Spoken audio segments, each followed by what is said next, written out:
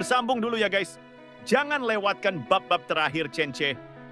Maaf juga atas kesalahan teknis kami, karena di beberapa bab suara naratornya berubah. Dimaklumin aja ya, mungkin miminnya lagi galau. Hihihi.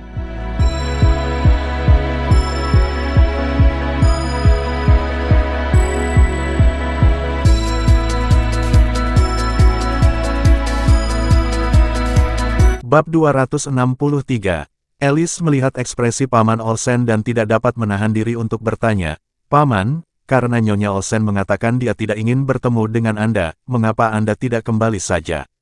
Dia sedang patah hati sekarang, dan kehadiran Anda di sini tidak membuat keadaan menjadi lebih baik."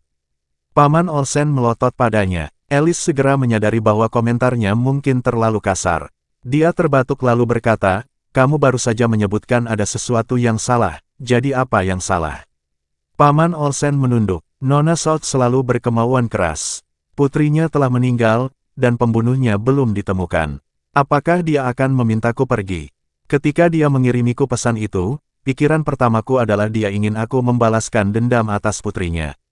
Jodie Salt tidak pernah menjadi karakter yang lemah. Kesehatannya tidak baik, dan dia sering pingsan, tetapi sifat manusia tidak akan berubah. Alice tak dapat menahan diri untuk bertanya, "Lalu mengapa kau tidak langsung masuk dan bertanya padanya?" Paman Olsen meliriknya sekilas. Alice langsung mengerti sesuatu. "Tidak mungkin, tidak mungkin. Apakah aku menemukan sesuatu?" Paman, kamu tidak takut pada apapun, tetapi kamu takut Nyonya Olsen marah."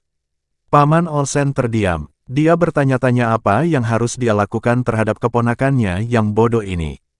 Ia takut kalau Jodie yang menginginkannya agar dia tidak ikut campur, dan kalau dia tidak patuh dan menerobos masuk, Jodie mungkin akan membencinya. Paman Olsen mendesah pelan dan menatap ponselnya. Tak disangka, setelah pesan itu dikirim, tetap saja tak ada respons dari pihak lainnya. Mirip seperti terakhir kali mereka membuat rencana, tetapi dia harus bergegas pergi bersama Jodie ke laut untuk mencari seseorang, dan sambil menunggu proses pencarian, dia teringat akan janji temunya dan mengiriminya pesan. Teman mudanya juga tidak menjawab sama sekali. Saat itu, dia mengira teman mudanya itu marah, tetapi sekarang setelah dipikir-pikir lagi, saat mereka bertemu dalam acara belasungkawa keluarga Horton, dia tampaknya tidak menaruh dendam terhadapnya. Paman Olsen bingung dan menggaruk-garuk kepalanya, tetapi dia segera memikirkan sesuatu, membuka WhatsApp, menemukan Howard, dan mengirim pesan. "Kamu tinggal di mana?" Howard langsung menjawab, "Hotel Four Seasons." "Paman Olsen, ada yang Anda butuhkan." "Paman Olsen, aku akan datang menemuimu. Aku akan mengajak seluruh keluargamu makan malam ini." Itu adalah sebuah isyarat untuk menebus ketidakhadirannya pada janji dengan teman mudanya terakhir kali. Setelah menemui Nyonya Olsen, Keira memberi beberapa perintah kepada Samuel untuk menemukan pembunuhnya sesegera mungkin. Ketika dia akhirnya berpisah dengan Samuel, dan Samuel bertanya, "Bos, kapan Anda bisa mendapatkan kembali identitas Anda?" Keira mengernyitkan alisnya dan berkata, "Kita akan membicarakannya setelah pembunuhnya ditemukan." Hanya ketika dia tahu siapa pembunuhnya dan mengapa mereka ingin membunuh mereka, dan dapat memastikan keselamatannya sendiri, barulah dia dapat hidup dengan identitas aslinya lagi. Keira tiba di Hotel Four Seasons. Begitu sampai di kamar pribadi tempat Howard dan keluarganya menginap, dia melihat Howard dan ibunya tengah asyik mempersiapkan pakaian. Ibu Howard bahkan mengeluarkan gaun Emmy untuk mendandaninya dengan cantik. Sambil melirik Keira, Howard mengangkat dagunya dan mengejek. "Kau datang tepat waktu untuk makan malam. Cepat ganti pakaianmu dengan sesuatu yang lebih formal. Jangan membuatku malu malam ini." Keira berhenti sebentar. "Makan malam." Howard kemudian dengan gembira membuka mulutnya. "Ya, hari ini Paman Olsen dan aku langsung cocok. Tahukah kau siapa Paman Olsen? Dia adalah orang yang bertanggung jawab atas keluarga Clans Olsen, salah satu dari 5 keluarga besar di Clans. Dia baru saja mengirimiku pesan yang mengatakan bahwa dia mengundang kita makan malam ini." Ibu Howard langsung menimpali. "Nak, kamu sangat berbakat. Sampai-sampai mengira bahwa dengan datang ke Oceanion kita bisa bertemu dengan orang-orang terhormat seperti itu, dan kamu berhasil terhubung." "Ya ampun, itu keluarga Clans Olsen. Biasanya, kita hanya bisa melihat orang-orang seperti itu di majalah keuangan, dan dia jadi tertarik padamu." Ketika Keira mendengar nama Paman Olsen, dia sedikit tertegun. Sebelumnya, Paman Olsen sering ingin bertemu dengannya, tetapi dia tidak pernah pergi menemuinya, dan sekarang setelah dia menjadi kira, dia tiba-tiba mendapat kesempatan itu. Tetapi bagaimana orang seperti Howard bisa menghubungi Paman Olsen? Dia melirik Howard dan melihat bahwa dia memang tampan, dengan penampilan yang anggun dan terpelajar, pria yang benar-benar tampan. Pasti wajah tampan inilah yang membuat Kira terpesona. Tak seorang pun tahu bahwa dia hanyalah orang yang kosong. Tatapan meremehkan di mata Keira membuat Howard terkekeh. Sudah kubilang, aku sangat ahli dalam berbisnis. Hari ini, aku mengobrol dengan Paman Olsen tentang tren ekonomi masa depan, dan dia mendengarkan dengan sabar. Sekarang dia mengundangku makan malam, yang berarti dia sangat menghargai wawasanku. Baiklah, ayo, kita tidak bisa membuat Paman Olsen menunggu. Keira tidak peduli dengan obrolan kosong. Karena dia telah memutuskan untuk menyelidiki kematian saudara perempuannya dengan kedok Kira, dia akan ikut serta dengan mereka untuk menghindari komplikasi. Dia menundukkan kepalanya dan berganti ke mantel wol yang cocok. Kemudian dia pergi ke kamar mandi untuk membersihkan yodium di wajahnya dengan hati-hati, meskipun warnanya tidak akan langsung pudar, setidaknya tidak sekuning saat siang hari. Setelah berpakaian, mereka pun turun ke bawah. Howard memilih fragrance hall pada navigasi mobil dan menyalakan mesin mobil. Ibu Howard bertanya, di mana fragrance hall? Howard langsung menjawab dengan bangga, fragrance hall adalah restoran swasta terkenal di Oceanion. Saya baru saja mendengarnya. Restoran itu tampaknya dimiliki oleh istri Louis, Nyonya Horton, dan sulit untuk masuk tanpa reservasi. Kaum elit Oceanion suka makan di sini. Paman Olsen mengundang kita makan di sini menunjukkan bahwa dia benar-benar menghargai saya. Ibu Howard langsung melotot ke arah Keira. Nak, aku selalu tahu kamu ditakdirkan untuk hal-hal hebat. Kamu selalu menjadi yang paling mengesankan di desa kita. Sayang sekali menikahi Kira. Ngomong-ngomong, statusmu tidak terdengar bagus saat kamu menyebutkannya. Kira, begitu kita kembali ke Clans, segera ganti nama belakangnya menjadi Howard. Kalau tidak, aku tidak akan mengakuinya sebagai menantu. Howard langsung berkata, tidak masalah jika seorang gadis mengganti nama belakangnya atau tidak. Kira, saat kau kembali ke Clans, alihkan saja saham perusahaan dan status perwakilan hukum kepadaku, dan tambahkan namaku pada sertifikat kepemilikan properti. Keira mendidih dalam hati tetapi tidak berbicara. Jika dia akan mengambil identitas saudara perempuannya, dia akan merebut kembali semua yang menjadi milik saudara perempuannya. Namun untuk saat ini, dia tidak mau repot-repot berdebat tentang hal-hal ini. Melihat Keira tidak menanggapi, Ibu Howard menjadi marah. Sikap macam apa itu? Kamu makan makanan Howard, tinggal di rumah Howard, dan bahkan makan di restoran pribadi seperti Fragrance Hall, semua berkat koneksi Howard. Kamu harus mengganti namamu begitu kita kembali. Apa kamu sudah mendengarku? Ekspresi Keira berubah dingin, dan Howard menengahi. Baiklah, Bu, sudah cukup, kita sudah sampai. Ibu Howard menatapnya dengan tajam, jaga gadis yang merepotkan itu, dan pastikan untuk bersikap baik nanti. Jangan sampai kau terpesona oleh kekayaan dan mempermalukan anakku. Kalau kau melakukannya, aku akan menghukummu dan gadis yang merepotkan itu dengan berat setelahnya. Mereka memarkir mobil dan baru saja keluar ketika seseorang menyapa mereka, apakah ini keluarga Tuan Smith? Paman Olsen sudah lama menunggu Anda di ruang pribadi. Howard langsung tersenyum. Ya, itu kami, silakan tunjukkan jalannya. Asisten Paman Olsen memiliki status yang berbeda di Clans, dan orang-orang seperti Howard tidak mampu bersikap superior di hadapannya. Asisten itu tersenyum dan berjalan di depan. Howard dan ibunya memasuki Fragrance Hall yang megah terlebih dahulu. Tempat itu didekorasi dengan elegan dengan nuansa klasik, dan ada sungai-sungai kecil dan jembatan-jembatan. Seluruh suasananya terasa berbeda. Howard dan ibunya dengan hati-hati mengamati sekeliling mereka, dan ibunya bahkan membisikkan peringatan. Kira, pegang erat-erat gadis yang merepotkan itu.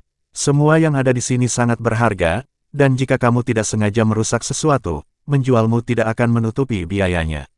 Keira mendengus pada dirinya sendiri. Akhirnya, mereka tiba di pintu kamar pribadi. Howard dengan gugup membetulkan pakaiannya, dan setelah dengan bangga melirik Keira, dia mendorong pintu hingga terbuka. Keira memandang ke dalam dengan acuh tak acuh dan sekilas melihat seorang pria dewasa duduk di dalam. Ia sedang menyeduh teh, dan saat mendengar pintu terbuka, ia mendongak.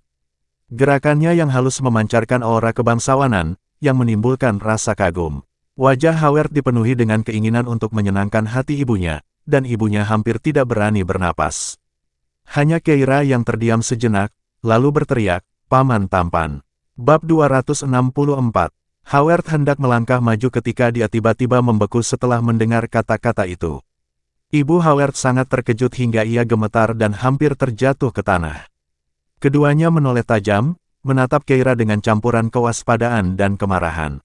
Ibu Howard memarahi dengan suara pelan, "Omong kosong apa yang kamu bicarakan?" Howard menyeka keringat dingin yang tidak ada di dahinya dan berkata kepada Paman Olsen dengan senyum menyanjung, "Paman Olsen, dia belum banyak melihat dunia. Tolong jangan menganggapnya serius." Begitu kata-kata itu diucapkan, mereka melihat Paman Olsen tiba-tiba berdiri. Howard begitu ketakutan hingga hampir berlutut di tempat, lalu segera berbalik dan menatap tajam ke arah Keira. "Dasar bodoh, apa yang kau teriakkan? Minta maaf pada Paman Olsen sekarang juga."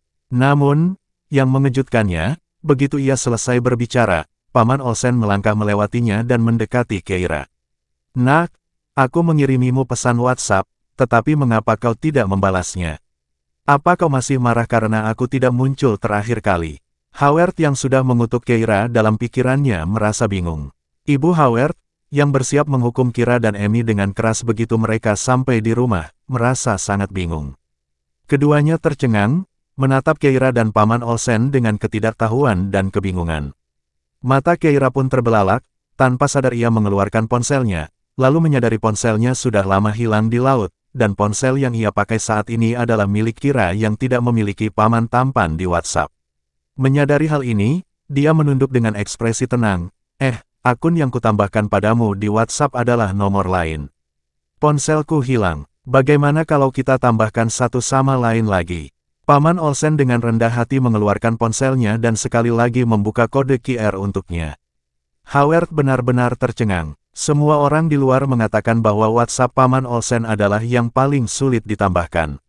Dia mengobrol sebentar dengan Paman Olsen kemarin dan pernah bertanya sekali, dan Paman Olsen setuju. Hari ini, dia berinisiatif menambahkan Kira lagi. Apakah ini benar-benar Paman Olsen yang berhati dingin, kejam, dan misterius yang pernah didengarnya? Keira menatap ponselnya, merasa agak enggan di lubuk hatinya. Dia tidak keberatan bergaul dengannya saat dia tidak tahu kalau dia adalah Paman Olsen. Dia senang bisa mengenalnya sebagai orang asing. Namun kini, dia tahu bahwa dia memang Paman Olsen, tetapi ibunya, Jodie Salt, bahkan tidak ingin melihatnya. Yah, mengingat begitu banyak orang yang menonton, akan memalukan bagi Paman Olsen jika dia menolak. Keira mengeluarkan ponselnya dan mereka menambahkan satu sama lain di WhatsApp sekali lagi. Howard memperhatikan mereka, menyeka keringat dingin yang tidak ada di dahinya. "Paman Olsen, kamu kenal Kira Salt?" "Salt, Selatan." Tatapan Paman Olsen menjadi gelap. Dia mengangguk, hendak mengatakan sesuatu ketika Keira berkata, "Kami bertemu hari ini di pemakaman Nyonya Horton." Kata-kata yang hendak diucapkan Paman Olsen terhenti sejenak, dan dia menatap Howard lagi, tatapannya jatuh pada Ibu Howard. Apakah ini ibu yang dalam tanda kutip, sangat baik, yang disebutkan anak itu? Dia tampaknya tidak begitu mengesankan. Dia dengan jijik menarik kembali pandangannya dan mempersilakan mereka duduk. Paman Olsen menatap wajah Keira dan bertanya, "Nona Salt, ya. Apakah Anda bermarga Salt karena itu nama ayah atau ibu Anda?" Keira berhenti sebentar. Dia benar-benar tidak tahu. Nama keluarga Selatan memang langka. Dia hanya tahu bahwa Kira memiliki orang tua asuh, tetapi dia tidak menjelaskan rinciannya. Namun, dia tidak perlu menjawab karena Howard langsung berkata, nama keluarga ayah angkatnya adalah Selatan. Paman Olsen terkejut. "Ayah angkat." Howard tersenyum. Ya, dia adalah bayi terlantar. Dia dibuang tak lama setelah lahir dan kemudian diasuh oleh orang tua asuhnya. Setelah itu, dia tinggal di dekat Clarence. Kemudian, kedua orang tua asuhnya meninggal dunia, meninggalkan sebuah villa kecil dan sebuah perusahaan. Kedua orang tua angkatnya telah meninggal. Keira juga sedikit terkejut. Tidak heran Kira telah diganggu oleh Howard dan ibunya selama bertahun-tahun tanpa ada kerabat yang membelanya. Ternyata orang tua asuhnya sudah meninggal. Paman Olsen mengerutkan bibirnya, dan tatapannya kembali tertuju pada wajah Keira. Melihat bahwa dia tampak enggan untuk berbicara lebih banyak, dia mengganti topik pembicaraan. Kamu juga tinggal di Clans? Ya, kami punya villa kecil di dekat cincin klan ke-6 Utara, dan ada juga perusahaan kecil di sana. Paman Olsen bertanya, bisnis apa ini? Energi baru. Bukankah tahun ini cuaca sedang panas? Kami baru saja merekrut beberapa orang dan sedang mengerjakannya. Setelah berkata demikian, Howard dengan penuh semangat memandang Paman Olsen, berharap jika Paman Olsen dapat memberi mereka proyek, nilai pasar perusahaan mereka dapat meningkat 10 kali lipat.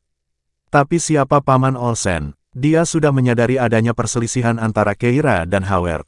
Dia hanya menyesap tehnya beberapa kali lalu menyerahkan cangkir teh kepada setiap orang di depannya. Setelah semua orang menghabiskan teh mereka, hidangan dari Fragrance Hall disajikan.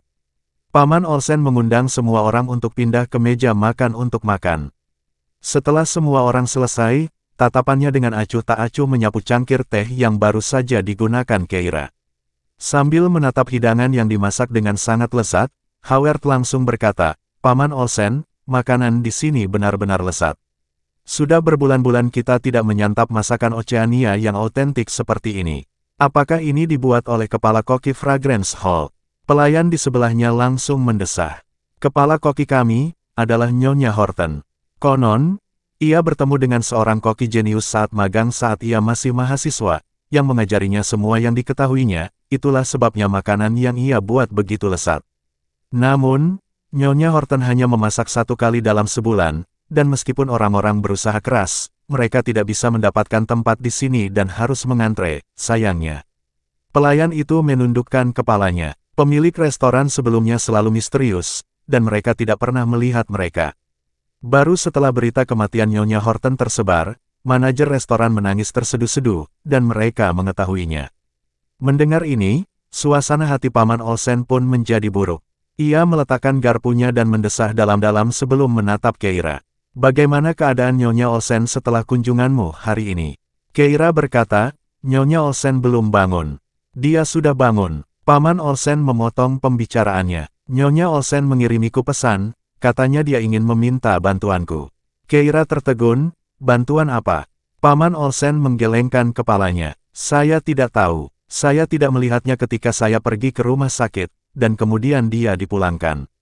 Dipulangkan. Keira agak gelisah. Nyonya Olsen lemah. Mengapa dia tiba-tiba dipulangkan? Paman Olsen memperhatikan nada suaranya, berhenti sebentar, dan menatapnya. Keira menyadari bahwa dia kehilangan ketenangannya dan terbatuk. Menurutku itu tidak masuk akal. Paman Olsen mengangguk, karena itulah, kalau kamu ada waktu, nak, aku ingin kamu mengunjungi rumahnya untukku lagi. Keira segera berdiri. Saya siap sekarang. Dia menatap langsung ke arah Howard. Sebelum dia sempat berbicara, Howard langsung melambaikan tangannya. Kamu pergi saja, bantu Paman Olsen. Silakan. Keira mengangguk dan pergi tanpa berkata apa-apa lagi. Dia bisa menyembunyikan berita hidupnya dari orang lain, tetapi dia tidak bisa menyembunyikannya dari ibunya. Bab 265. Setelah meninggalkan Fragrance Hall, Keira memanggil taksi di pinggir jalan dan langsung menuju kediaman Olsen. Hari sudah terlambat. Di jalan, dia menyaksikan pemandangan malam Oceanion, rahangnya menegang. Pertemuan hari itu terasa seakan-akan seumur hidup telah berlalu. Sebelumnya, dia telah berusaha sekuat tenaga, dan fokus hanya pada kehidupan yang baik. Sekarang, tujuannya adalah menemukan si pembunuh dan kembali ke kehidupan normal. Mobil segera tiba di rumah Olsen. Keira masih mengenakan masker dan topi hitam saat dia keluar dari mobil dan berdiri di depan pintu rumah keluarga Olsen sambil membunyikan bel pintu. Pintunya segera dibuka. Orang yang membukanya adalah Bibi Salt, yang tampak sedikit bingung saat melihat Keira. Siapa kamu? Tanpa mengetahui siapa pembunuhnya, tak seorang pun dapat dipercaya. Keira menunduk. Halo, saya teman sekelas Keira. Saya datang untuk mengunjungi Nyonya Olsen.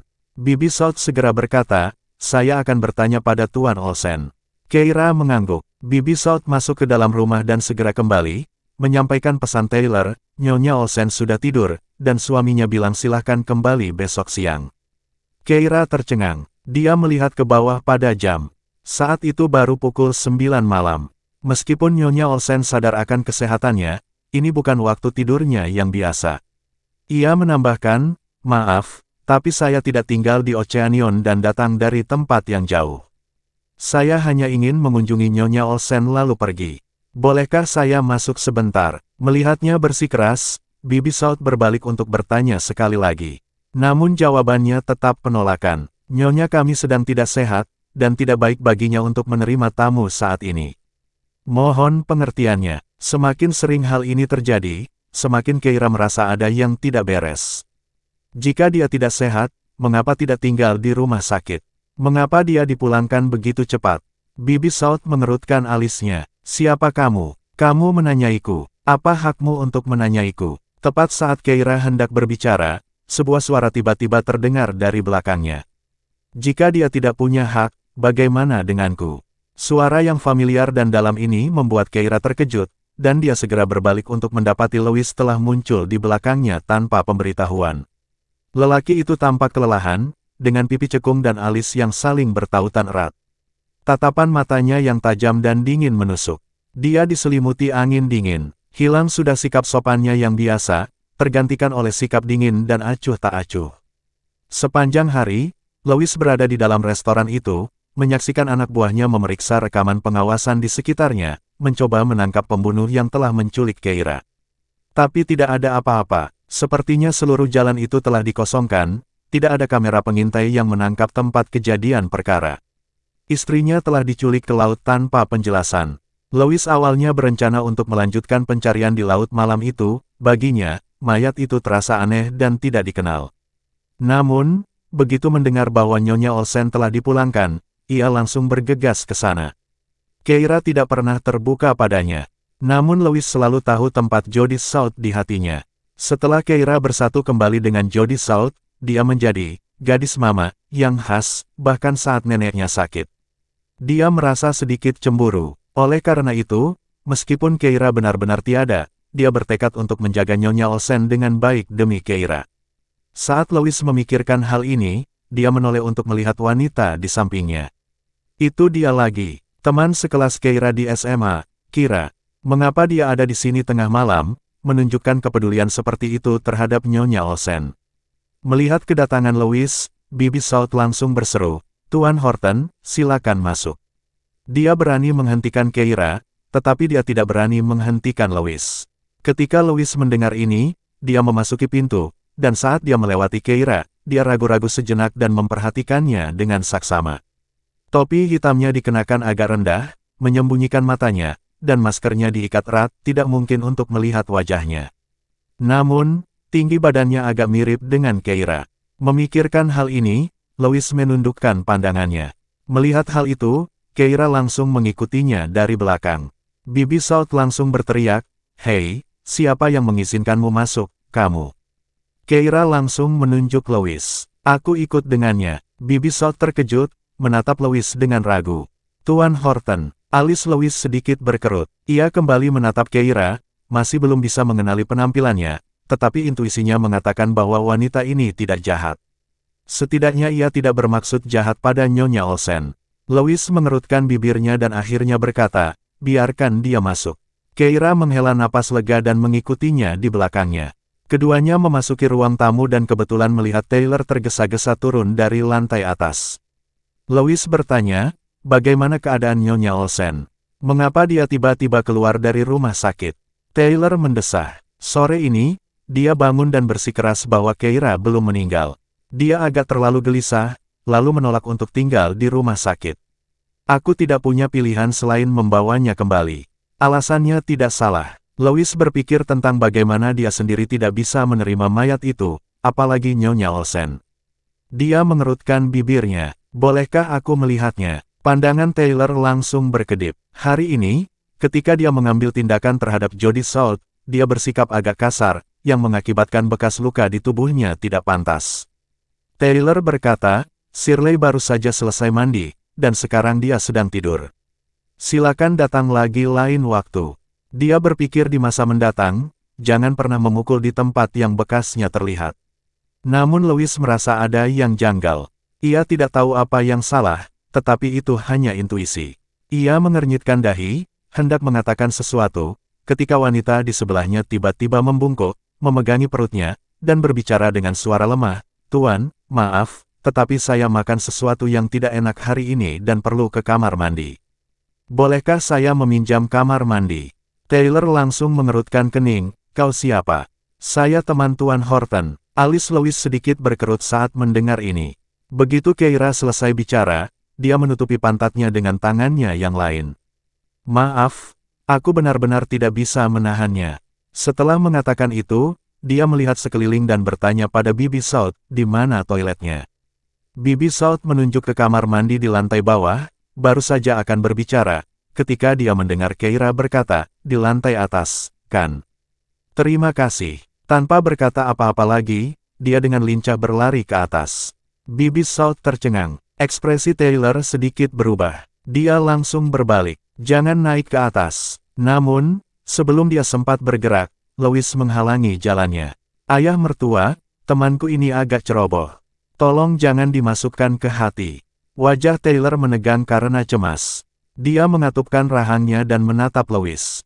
Tetapi Louis tetap tidak bergeming, hanya melihat gadis itu berjalan zigzag di koridor, tidak menuju kemanapun selain langsung menuju pintu kamar tidur Nyonya Olsen. Taylor langsung berteriak, "Jangan masuk." Bibi South juga bergegas menuju tangga.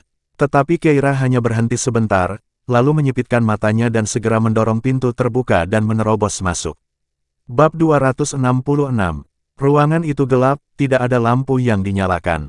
Keira hampir tidak bisa melihat seseorang di tempat tidur, jadi dia segera berbalik dan menyalakan lampu. Lampu pijar menyala. Keira melihat Jody sekilas. Ia berbaring dengan tenang di tempat tidur, memejamkan mata, dan tertidur. Kedua tangannya bersandar dengan tenang di dadanya dalam posisi tidur yang sopan dan benar. Keira melangkah maju, bermaksud melihat lebih dekat, tetapi suara langkah kaki yang tergesa-gesa datang dari belakangnya. Seketika, Bibi South dan Taylor menyerbu ke dalam ruangan, satu demi satu. Bibi South mengerutkan kening dan merendahkan suaranya untuk menegur. "Apa yang kau lakukan dengan menerobos masuk seperti ini? Keluar sekarang." Namun Keira tidak bergerak. Sebaliknya, dia mendekati Nyonya Olsen sambil mengamati dengan saksama. "Saya kebetulan mampir dan ingin melihat Nyonya Olsen. Bagaimana bisa kamu bersikap tidak sopan? Kamu ini teman sekelas macam apa? Sungguh, kamu ini..." Bibi South berjalan mendekat, menghalangi jalannya. Taylor juga mengerutkan alisnya. "Nona, kalau Anda tidak pergi sekarang, saya akan menelepon polisi." Begitu dia mengatakan ini, Louis berkomentar acuh tak acuh dari ambang pintu. Dia baru saja masuk ke ruangan yang salah. Tidak perlu ribut-ribut soal itu, kan? Taylor mengepalkan tangannya, menatap Louis dengan pandangan tak berdaya. "Tuan Horton, apa maksud Anda dengan ini? Shirley sudah lemah, dan guncangan hebat ini telah menyebabkan keruntuhan mental.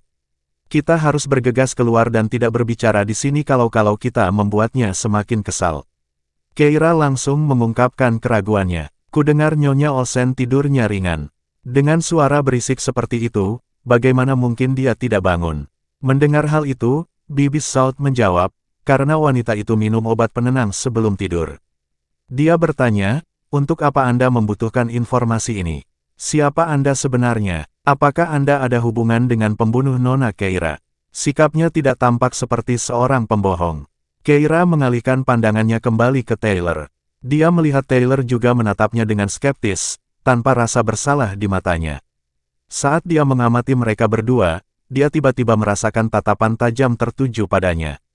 Baru saat itulah Keira menyadari bahwa bahkan Louis sedang menatapnya. Mata pria itu berputar-putar karena emosi seolah-olah dia mulai memendam beberapa keraguan.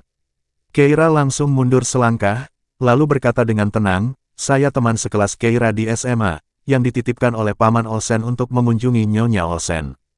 "Memang, begitu Paman Olsen disebut." Ketiga orang di ruangan itu langsung menghentikan pertanyaan mereka. Bibi South menepis kecurigaannya begitu saja. "Mengapa kamu tidak mengatakannya secara langsung?" Taylor hanya mengatupkan rahangnya dan tidak mengatakan apapun. Namun, Louis menatapnya beberapa kali lagi sebelum perlahan menarik kembali pandangannya.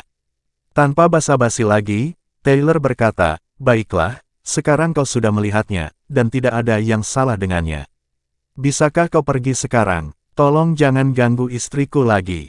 Louis adalah orang pertama yang melangkah mundur dan meninggalkan ruangan. Keira terus menatap ranjang itu, dan menatap Taylor. Paman Olsen memintaku untuk mencari tahu kapan tepatnya Nyonya Olsen akan bangun. Jika dia tidak kunjung membaik, dia sudah menyiapkan dokter dan ingin membawanya menemui Nyonya Olsen. Ada nada mendesak dalam kata-katanya. Taylor mengerti, dan alisnya berkerut. Melihat reaksinya, Louis tiba-tiba menurunkan pandangannya. Dia mengepalkan tangannya dan berkata, pemakaman Keira besok. Bukankah ibu mertuaku akan mengucapkan selamat tinggal padanya? Jika dia tidak bisa hadir, itu berarti kondisinya serius, jadi mungkin aku harus membawanya ke rumah sakit. Permintaan Louis sungguh tidak bijaksana. Taylor telah menjadi suami yang setia bagi Jody selama lebih dari 20 tahun. Lebih jauh lagi, perilakunya sebelumnya ketika Jody sakit membuat siapapun tidak ragu bahwa jika sesuatu terjadi padanya, Taylor pasti akan bunuh diri.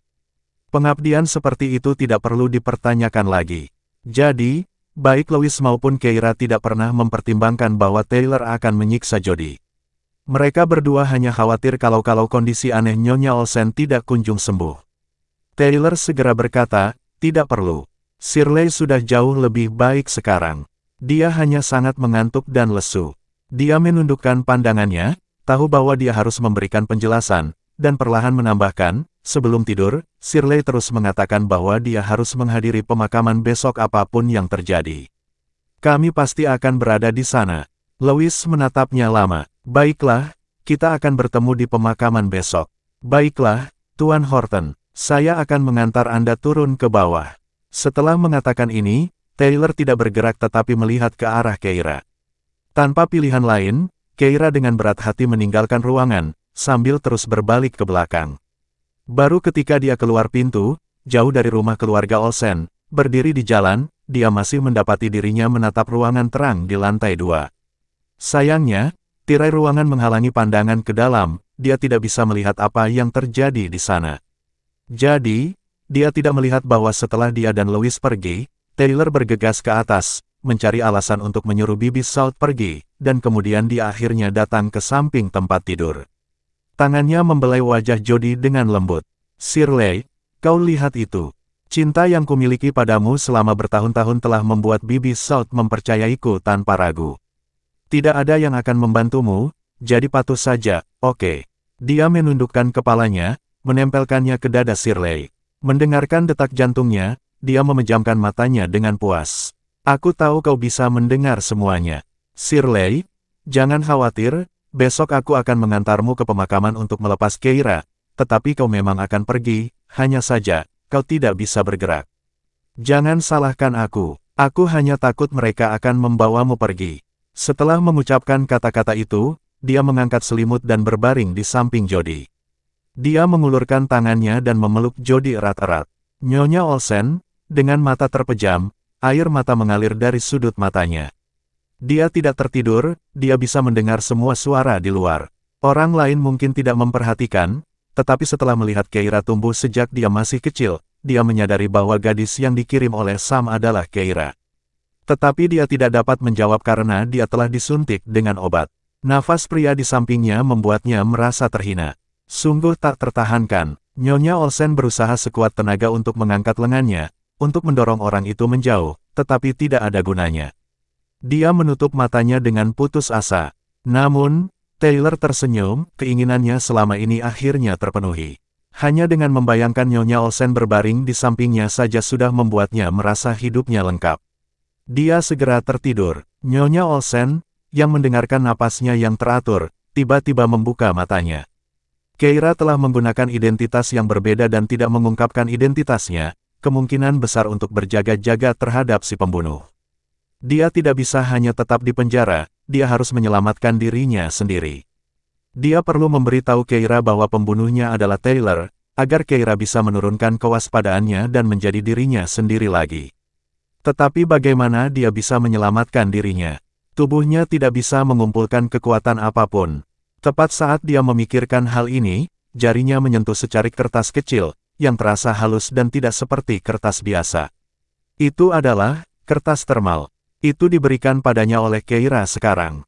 Secercah harapan tiba-tiba bersinar di pupil mata Nyonya Olsen. Kertas termal biasanya digunakan di supermarket untuk mencetak struk, menggoresnya dengan kuku akan meninggalkan bekas. Karena kecil, kertas tersebut dapat dengan mudah menyembunyikan pesan tertulis apapun. Keira pasti curiga, itulah sebabnya dia meninggalkan ini. Dan memikirkan apa yang dikatakan Louis, dia akan pergi ke pemakaman Keira besok, jadi Keira pasti akan ada di sana juga. Dia memiliki kesempatan untuk diselamatkan.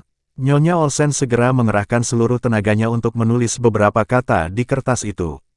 Taylor adalah pembunuhnya, selamatkan aku. Kemudian dia menggenggam kertas itu erat-erat di telapak tangannya. Di lantai bawah, Keira mengalihkan pandangannya. Meskipun dia tahu dia seharusnya tidak mencurigai Taylor karena dia telah melindungi ibunya selama lebih dari 20 tahun dan tidak pernah bertengkar dengannya, Keira tetap merasa tidak nyaman. Dia merasa situasi Jody aneh. Baru saja, memanfaatkan kegelapan di kamar, dia bergegas ke samping tempat tidur dan segera meninggalkan selembar kertas termal kecil di tangannya. Dengan begitu, selama dia bisa bergerak, dia bisa menyampaikan pesan. Jika semua kekhawatirannya dibesar-besarkan, itu tentu akan lebih baik. Namun jika ibunya benar-benar dalam kesulitan, ini akan menjadi cara untuk meminta bantuan. Memikirkan hal ini, Keira menghela napas lega. Saat dia berbalik, dia melihat Louis menatapnya dengan saksama dalam kegelapan. Nona Kira, benar, tolong lepas maskernya. Perkataannya sopan, tetapi nadanya sama sekali tidak memungkinkan untuk bernegosiasi. Keira secara naluriah menutupi maskernya. Ia merasakan tatapan mata pria itu tajam ke arahnya seolah mencurigai sesuatu. Nadanya menuntut konfirmasi. Ia menyipitkan matanya sebagai jawaban. Keira menundukkan pandangannya. Maaf, aku punya penyakit kulit. Namun Louis tiba-tiba melangkah maju, sosoknya menutupinya. Kalau begitu, Nona Kira, bisakah Anda menjelaskan kepada saya bagaimana Anda bisa begitu mengenal kediaman Olsen? Mampu menemukan lokasi kamar Nyonya Olsen di lantai atas secara akurat berarti ia pasti pernah ke rumah itu sebelumnya. Keira terbatuk, Paman Olsen memberitahuku. Sebelum dia bisa menemukan alasan yang lebih baik, pria itu tiba-tiba bergerak, mengulurkan tangan untuk melepaskan topengnya. Bab 267. Mata Louis yang dipenuhi dengan urgensi. Ketika gadis itu mengunjungi rumah sakit, dia tenggelam dalam rasa sakit dan kesedihannya, tidak memperhatikannya. Yang membuatnya semakin bingung adalah mengapa, jika Keira masih hidup, dia tidak mau mengakuinya. Namun hari ini dia bertemu dengannya lagi di sini. Kekhawatirannya terhadap Nyonya Olsen sungguh di luar kebiasaan. Meskipun ia mengaku diutus oleh Paman Olsen, kesepahaman yang mereka sampaikan tadi membuatnya curiga bahwa ia adalah Keira. Dan kemudian muncullah sosok yang familiar. Dia tidak ingin mendengar alasannya, dia hanya ingin melihat apakah wajah di balik topeng itu adalah wajah yang dia dambakan dalam mimpinya. Sayangnya, jari-jarinya hampir tidak menyentuhnya sebelum Keira yang jeli melangkah mundur. Suara Keira terdengar dingin tanpa disadari. Tuan Horton, tolong tunjukkan rasa hormat pada diri sendiri. Suara itu, mata Louis tiba-tiba memerah. Keira berhenti sejenak. Apakah dia benar-benar mencurigainya dan mengenalinya? Sebelum dia bisa bicara, Louis berkata dengan cemas, kenapa kamu tidak pulang saja? Keira mengerutkan kening. Tuan Horton, saya tidak tahu apa yang Anda bicarakan. Anda, tepat saat Louis ingin mengatakan lebih banyak, sebuah suara tiba-tiba memotongnya. Kira. Keduanya menoleh dan melihat Howard menggendong Amy saat mereka berjalan turun dari mobil di dekatnya, tatapannya bermusuhan saat ia memarahi Louis. Siapa ini? Apa yang kalian lakukan di sini? Keira mengangkat sebelah alisnya namun tidak berkata apa-apa. Louis menatapnya dengan bingung. Howard melangkah tepat di depan Keira. Kamu, seorang wanita yang sudah menikah, bersikap begitu mesra dengan pria lain, perilaku macam apa ini? Siapa dia? Kamu harus menjelaskan dirimu kepadaku hari ini. Ibu Howard juga mendekat dari dalam mobil. Tepat sekali, Kira, biasanya kamu tampak seperti ibu rumah tangga yang baik, tetapi siapa yang tahu kamu akan begitu genit di tempat pribadi. Wajahmu bahkan belum sembuh, dan sekarang kamu merayu pria lain. Bagaimana mungkin kamu melakukan ini pada anakku? Louis bingung dengan tuduhan pasangan itu. Keira berpura-pura bersikap rentan dan sedih. Howard, Bu, aku tidak. Bagaimana mungkin kau tidak melakukannya? Kami melihat semuanya. Kalian saling tarik-menarik, hampir berpelukan. Dan sekarang kau bilang itu tidak terjadi, betapa tidak tahu malunya kau. Ibu Howard mendorong Keira dengan kuat dan merenggut Amy dari pelukan Howard sambil mengejek. Barang rusak, lihat, ibumu sangat hina, jangan berani-beraninya kau tumbuh menjadi seperti dia. Amy, yang tidak mengerti kata-kata ini, menatap dengan mata terbelalak dan mengulurkan tangan ke Keira. Ibu, peluk, peluk. Keira melangkah maju, menyambar Amy dari tangan Ibu Howard. Bukan seperti itu, dia bilang aku terlihat seperti pencuri yang menyelinap dengan topeng, dan dia menyuruhku melepasnya. Howard akhirnya bertanya, benarkah? Keira, yang tampaknya takut dia tidak akan mempercayainya, segera mengangguk, itu benar. Kemudian, dia menoleh ke arah Louis. Tuan Horton, bisakah Anda menjelaskan ini dengan cepat? Kalau tidak, suami dan ibu mertua saya mungkin salah paham. Louis menatap mereka, tercengang. Wanita itu mengenakan topeng dan topi, ekspresinya tidak jelas, tetapi Howard dan ibunya, bahkan anak berusia 2 tahun itu, tampaknya tidak berbohong. Jadi, wanita ini bukan Keira. Tentu saja, DNA-nya cocok dengan jasadnya, yang masih ada di rumah, dan dialah satu-satunya yang menolak untuk percaya atau menghadapi kebenaran, selamanya dalam penyangkalan. Setelah diamati lebih dekat, Howard menyadari bahwa bahkan tanpa berbicara, Louis tampak agak linglung seolah-olah dia bukan orang paling pintar di gudang, namun sikapnya tidak dapat disangkal lagi sangat menonjol. Selain itu, untuk dapat hidup di komunitas ini, ia harus masuk ke dalam lingkaran kecil elit Oceanion. Nada bicara Howard sedikit melunak. Wajah istri saya terluka dan terkena yodium, yang tidak bisa dibersihkan saat ini, dia tidak pantas, dan itulah sebabnya dia memakai masker. Jangan tersinggung, Tuan. Louis kembali menatap Keira. Dilapisi yodium, memang ada sedikit warna kuning pada kulit yang terlihat di samping topengnya. Apakah itu alasan dia memakainya? Rasa kehilangan yang lebih dalam menyelimuti hati Louis, dia mengepalkan tangannya erat-erat dan mengangguk, maafkan aku. Setelah itu, dia berbalik dan berjalan pergi. Sosoknya murung dan sedih, pemandangan yang menyayat hati. Howard mencibir, membuat keributan tanpa alasan, bahkan tidak tahu siapa dia. Namun saat menoleh ke belakang, ia melihat Keira sedang memperhatikan pria itu dengan saksama, dan ia langsung membentak. Apa yang kau lihat? Memang, pria itu tampan, tetapi dia seorang playboy kaya, dia tidak akan pernah tertarik padamu. Mengetahui kepribadian Keira tahu dia pasti akan memohon dengan menyedihkan dan putus asa, mencoba untuk mengklarifikasi. Bahwa dia tidak mempunyai niat seperti itu. Howard tidak menyangka wanita yang baru saja menunjukkan kelemahan di depannya hanya meliriknya dengan acuh tak acuh dan kemudian berbalik, menggendong anak itu dan masuk ke dalam mobil. Howard merasakan hawa dingin di lubuk hatinya akibat pandangan itu, lalu dia mencibir. Kira ini memang selalu misterius. Siapa yang tahu apa yang sedang dia lakukan sekarang? Rombongan berkendara ke hotel. Keira masih memikirkan bagaimana cara mengangkat topik tentang tidur dengan Amy malam itu dan membuat Howard pergi. Ketika Howard berkata, kamu jaga Amy malam ini. Aku akan tidur di kamar ibu. Keira terkejut. Dia pasti mendengar ketika mereka sedang check-in bahwa Howard telah memesan 2 kamar ganda. Dia akan berbagi kamar dengan ibunya. Ekspresi ragu-ragu yang ditunjukkannya membuat ibu Howard terkekeh, dan dengan sedikit mengangkat dagunya, dia berkata, apa yang kamu lihat? Di rumah, Howard selalu tidur denganku. Bagaimana bisa di hotel, dia seharusnya untuk tidur denganmu. Keira terkejut, kata Howard dengan seringai yang tidak terlalu kentara. Kira, ayahku meninggal lebih awal. Sejak kecil, aku selalu sekamar dengan ibuku. Jangan membuat keributan seperti yang kau lakukan di rumah. Kalau tidak, itu akan sangat memalukan. Keira merasa ada sesuatu yang tidak beres pada ibu dan anak di hadapannya. Dia menggendong Amy dan langsung menuju kamar hotel lainnya.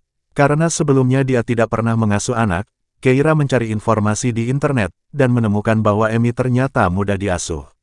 Sangat berperilaku baik, tidak menangis atau rewel, dan pada usia 2 tahun, dia sudah bisa mandi sendiri dengan handuk. Setelah susunya siap, ia akan membawa botol susunya ke tempat tidur. Kemudian, dengan menepuk-nepuk pantatnya sendiri, ia akan menidurkan dirinya. Melihatnya, hati Keira meleleh. Semakin baik perilaku Amy, semakin jelas terlihat bahwa dia pasti sangat menderita di rumah sebelumnya. Itu tidak akan terjadi lagi. Dengan kehadirannya, dia pasti tidak akan membiarkan Amy menderita lebih lama lagi.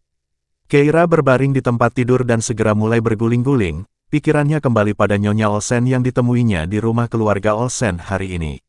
Entah mengapa, dia selalu merasa bahwa tidur lelap ibunya kali ini agak aneh. Bahkan alisnya pun berkerut dalam. Keira tidak tidur nyenyak malam itu, terlalu khawatir tentang Nyonya Olsen. Fajar segera tiba, dan hari ini adalah harinya Nyonya. Jenazah Horton akan dikremasi dan dimakamkan.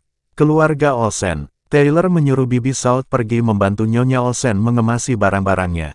Tubuh Nyonya Olsen sedang mencerna obat tersebut, dan dia mulai mendapatkan kekuatan. Dia melihat Taylor mendekat sambil membawa jarum suntik, pupil matanya mengecil. Tidak. Sudah, Shirley, terima saja suntikannya dengan tenang, dan aku akan membawamu menemui Keira, katanya lembut, meskipun nadanya jahat, menyebabkan Nyonya Olsen menggelengkan kepalanya, matanya memohon. Taylor berdiri di depannya, menatapnya dengan ekspresi enggan. Tahanlah sedikit lebih lama lagi, setelah hari ini, aku akan membawamu pergi, dan kita tidak akan membutuhkan obat ini lagi, oke? Tatapan matanya lembut namun membuat bulu kuduk Nyonya Olsen merinding. Taylor kemudian tanpa ampun menyuntikkan isi jarum suntik itu ke lengannya. Cairan dingin itu memasuki tubuhnya, dan Nyonya Olsen, yang sudah lemah, kini merasa semakin tidak berdaya. Matanya memerah, dia menatap tajam ke arah Taylor. Taylor menyentuh wajahnya dan mencium bibirnya, Shirley, kamu akhirnya sepenuhnya milikku. Tangannya perlahan bergerak ke bawah tubuhnya, tiba-tiba mencengkeram kakinya. Hasrat membara di mata lelaki itu, dan napasnya tiba-tiba menjadi tidak teratur. Setetes air mata mengalir di pipi Nyonya Olsen. Taylor terdiam saat melihatnya, lalu dengan lembut menyeka air matanya. Kau masih tidak ingin menjadi milikku. Shirley, kapan kau akan menerimaku? Begitu kata-kata itu terucap, tangannya mencengkeram dagu wanita itu dengan kuat, memaksanya untuk mendongak ke arahnya. Lalu, dia menggigit bahu wanita itu dengan ganas. Aduh, rasa sakit itu menyebabkan Nyonya Olsen menangis. Di luar, suara Bibi Salt tiba-tiba terdengar, Tuan Olsen, Nyonya Olsen, semuanya sudah dimasukkan ke dalam mobil. Nyonya Olsen memandang Taylor dengan tatapan memohon. Taylor tersenyum sambil menepuk-nepuk wajahnya, ayo kita pergi menemui Keira dulu. Setelah kita kembali, aku akan menemuimu malam ini. Nyonya Olsen gemetar seluruh tubuhnya. Tangannya mengepal erat seolah dia tidak sanggup menahan penghinaan itu. Melihat hal itu, Taylor hanya tersenyum dan menggendongnya untuk membawanya keluar. Dia tidak memperhatikan selembar kertas yang tergenggam erat dalam telapak tangan Nyonya Olsen. Bab 268. Di dalam mobil, Taylor melihat wajah Mrs. Olsen tegang dan matanya menatapnya tajam. Dia tersenyum dan berkata, Shirley, aku tahu kamu sedih dan marah, tetapi kita harus datang untuk perjalanan terakhir Keira. Tolong berhenti cemberut, oke. Dia mengulurkan tangannya, merapikan alisnya yang berkerut dan mengarahkan pandangannya ke tempat lain. Dia mendesah pelan saat melihat tangan gadis itu terkepal erat. Dia tahu bahwa Nyonya Olsen masih menolaknya, masih marah. Tidak apa-apa, sepanjang tidak terlihat jelas di permukaan. Tak lama kemudian, mobil keluarga Olsen tiba di kediaman Horton dan diparkir di tempat parkir. Taylor kemudian membantu Nyonya Olsen keluar dari mobil dan duduk di kursi roda, lalu menempatkannya di kursi roda. Taylor mendorong Nyonya Olsen menuju ke arah aula peringatan. Sepanjang perjalanan, orang-orang yang melihat mereka menyapa dan menyampaikan kata-kata belasungkawa kepada Ibu Olsen. Taylor mendesah pelan, Shirley patah hati, tak punya kekuatan. Yang lain langsung berkata, Nyonya Olsen, Nyonya Horton pasti tidak ingin melihat Anda menyakiti diri sendiri seperti ini. Cobalah untuk berdamai dengan hal ini. Tidak seorang pun curiga pada Taylor yang melakukan sesuatu padanya. Karena seluruh Oceanion tahu bahwa Taylor adalah seorang suami teladan dan sangat setia. Dia telah mempertahankan persona ini selama 22 tahun dan 4 bulan, tanpa pernah menimbulkan kecurigaan siapapun. Nyonya Olsen mengamati orang-orang di sekitarnya, menunjukkan sedikit saja kemarahan akan membuat mereka menghiburnya. Taylor mendorongnya dengan cepat ke aula peringatan. Pandangannya awalnya tertuju pada tempat di mana upacara peringatan diadakan, dan dia melihat para pelayan keluarga Horton sedang menempelkan potret hitam putih Keira. Seseorang menjelaskan, Tuan Horton menolak untuk menerima kematian Nyonya Horton, jadi dia tidak setuju dengan dipajangnya potret tersebut. Hari ini, dengan jadwal pemakaman yang sudah ditetapkan, dia akhirnya mengalah. Tuan Horton juga seorang pria yang memiliki perasaan yang dalam. Taylor berjongkok di samping Mrs. Olsen. Melihat tatapan Mrs. Olsen yang tertuju pada potret itu, Taylor tersenyum dan berkata, "Shirley, apakah menurutmu Sam akan mengungkapkan jati dirinya saat melihat foto ini?" Mata Nyonya Olsen beralih padanya. Taylor lalu berkata dengan acuh tak acuh, "Dia tidak akan datang hari ini karena kamu mengiriminya pesan kemarin, mengatakan padanya bahwa kamu akan muncul dan memintanya untuk tidak datang." Mendengar ini, Nyonya Olsen tercengang. Ponselnya diawasi dengan ketat, bagaimana mungkin dia bisa mengirim pesan. Jadi, ini adalah aksi Taylor yang lain. Dia telah membunuh Keira namun dia ada di sini, menghalangi Sam untuk datang ke sini. Semua ini memenuhi dirinya dengan amarah, kemarahan, dan keinginan untuk mencabik-cabik dagingnya, untuk meminum darahnya. Tepat pada saat itu, keributan terjadi di pintu masuk. Nyonya Olsen mendongak untuk melihat Louis, yang tidak terlihat di sini selama 3 hari terakhir, berdiri di luar pintu. Louis tidak lagi menunjukkan sikap bersemangat seperti sebelumnya, ia tampak acak-acakan dan kurus kering. Sejak kembali tadi malam, dia mengunci diri di ruang kerjanya. Dia menatap laporan kematian dan hasil tes DNA di meja, yang dengan jelas mengonfirmasi identitas mayat itu adalah Keira. Dia menatapnya lama dan saksama hingga fajar menyingsing, ketika dia akhirnya menyadari bahwa Keira mungkin benar-benar telah menghilang dari dunia ini. Jantungnya terasa mati, dia bahkan berpikir untuk mengikutinya sampai mati. Namun dia tidak dapat melakukan itu, masih ada neneknya. Dia melihat rambut putih neneknya, tubuh kurusnya, dan keprihatinan serta kesedihan yang mendalam di matanya. Dalam hidupnya, neneknya telah melihat kematian suaminya, membesarkan seorang putra yang mengkhianatinya, dan merawat Louis. Sekarang, dia tidak bisa berduka dengan baik atas kematian cucu menantunya karena dia harus mengkhawatirkannya. Louis mengerti bahwa kondisinya saat ini hanya akan menimbulkan penderitaan bagi orang-orang yang dicintainya dan kebahagiaan bagi musuh-musuhnya. Jadi, dia muncul hari ini. Untuk pertama kalinya, dia melihat ke arah aula peringatan Keira. Dia melihat potretnya yang hitam putih, senyumnya mekar seperti bunga. Kilasan pertemuan pertama mereka terlintas dalam pikirannya. Di kediaman Olsen, wanita muda itu berlari ke arahnya, mengangkat sebelah alis, dan menggodanya dengan memanggilnya, suami. Di perusahaan itu, mengenakan seragam pengantar barang, gadis itu berdiri dengan angkuh dan berkata, "Tuan Horton, saya harap Horton Group tidak mendiskriminasi kurir." Di restoran, dia mengenakan pakaian koki dan menatapnya dengan riang. "Tuan Horton, ada waktu untuk mampir ke gedung pengadilan." "Tuan Horton, Tuan Horton." Dan ketika dia kadang-kadang marah, dia akan memanggil nama lengkapnya, Louis Horton. Telinganya masih bergema dengan suara renyahnya, namun gadis itu sekarang terbaring dalam peti mati yang dingin dan beku, wajahnya tidak dapat dikenali lagi. Louis menatap kosong ke depan. Orang-orang di sekitar mendekat untuk berbasa-basi, tetapi dia tetap diam saja. Pada saat ini, Keira dan Howard juga masuk. Keira masih mengenakan topeng dan topi. Begitu keduanya masuk, Howard melihat Louis dan langsung meraih Keira, sambil menunjuknya. "Lihat, bukankah itu pria yang melecehkanmu tadi malam?" Keira secara diam-diam menghindari tarikannya. Pandangannya mencari-cari Nyonya Olsen di seluruh ruangan dan segera, dia menemukannya. Wajahnya berseri-seri karena gembira, dan dia berjalan cepat ke arahnya. Howard hendak berbicara, tetapi ketika menoleh, dia melihat bahwa wanita itu telah menghilang. Sambil mengerutkan kening, dia hendak mencarinya ketika dia mendengar seseorang di sampingnya menunjuk Louis dan berkata, "Tuan Horton benar-benar sudah gila," dia tidak mengatakan sepatah kata pun. Howard sedikit tertegun. Dia menatap Louis dengan heran. Pria tadi malam adalah Louis Horton. Louis, sang Taipan Oceanion, patriark keluarga pertama. Apakah dia yang mengganggu istrinya tadi malam? Ketika Howard sedang terkejut, ia tiba-tiba mendengar seseorang berbicara di dekatnya. Foto Nyonya Horton akhirnya diunggah hari ini. Foto itu selalu begitu misterius, dan dia jarang menunjukkan wajahnya di depan umum. Tidak heran Tuan Horton tidak bisa berhenti memikirkannya. Sebagai seorang pria, setelah mendengar kata-kata tersebut, Howard dengan penasaran mengalihkan perhatiannya ke foto hitam putih yang tergantung di tengah aula peringatan. Sekali lihat, dan dia benar-benar tercengang. Dia berseru, "Bukankah itu Kira?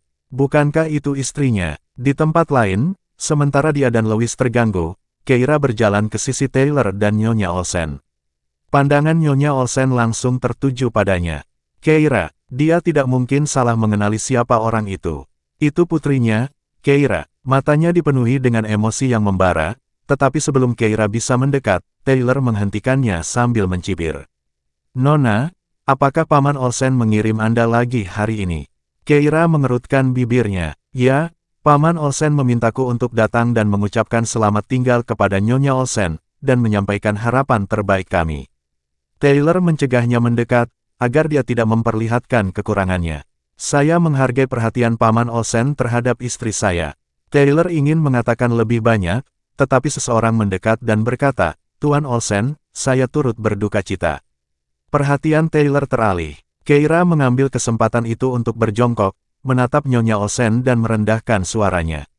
"Bu, apa kabar, Ibu?" Mata Nyonya Olsen memerah, dan air mata mengalir. Tetapi dia tidak dapat berbicara, dia hanya dapat menatap Keira dengan penuh semangat. Dia berusaha keras menggerakkan bibirnya, berusaha menjulurkan lidahnya untuk mengeluarkan suara, tetapi dia sama sekali tidak punya tenaga. Keira terkejut. "Ada apa?" Suara Taylor terdengar, "Shirley sangat berduka, dan dia terkena stroke, dia butuh perawatan yang baik." Stroke. Keira sangat terkejut, air mata mengalir di matanya. Itu semua salahnya karena tidak mengenali ibunya pada waktunya, menyebabkan dia sangat menderita. Keira menatap Nyonya Olsen. "Kamu harus sembuh." Nyonya Olsen tidak berbicara tetapi hanya menatapnya. Keira tahu dia diliputi emosi, jadi dia memegang tangannya. Tepat saat dia hendak mengatakan sesuatu, dia tiba-tiba merasakan secarik kertas di telapak tangan Nyonya Olsen. Keira langsung tercengang. Dia meninggalkan selembar kertas ini kemarin sebagai tindakan pencegahan, untuk memberi ibunya kesempatan meminta bantuan dari dunia luar, tidak pernah menyangka bahwa Nyonya Olsen benar-benar akan menggunakannya. Tatapan Keira tiba-tiba menjadi tajam. Dia diam-diam menyimpan kertas itu di telapak tangannya, lalu berdiri seolah-olah tidak terjadi apa-apa, cepat-cepat menjauh tanpa menarik perhatian Taylor yang waspada. Dia segera mencapai sudut, melihat sekelilingnya, dan tidak melihat seorang pun di dekatnya. Baru kemudian dia membuka kertas di tangannya, dan melihat kata-kata di atasnya. "Taylor adalah pembunuhnya. Tolong aku." Bersambung ke bab selanjutnya.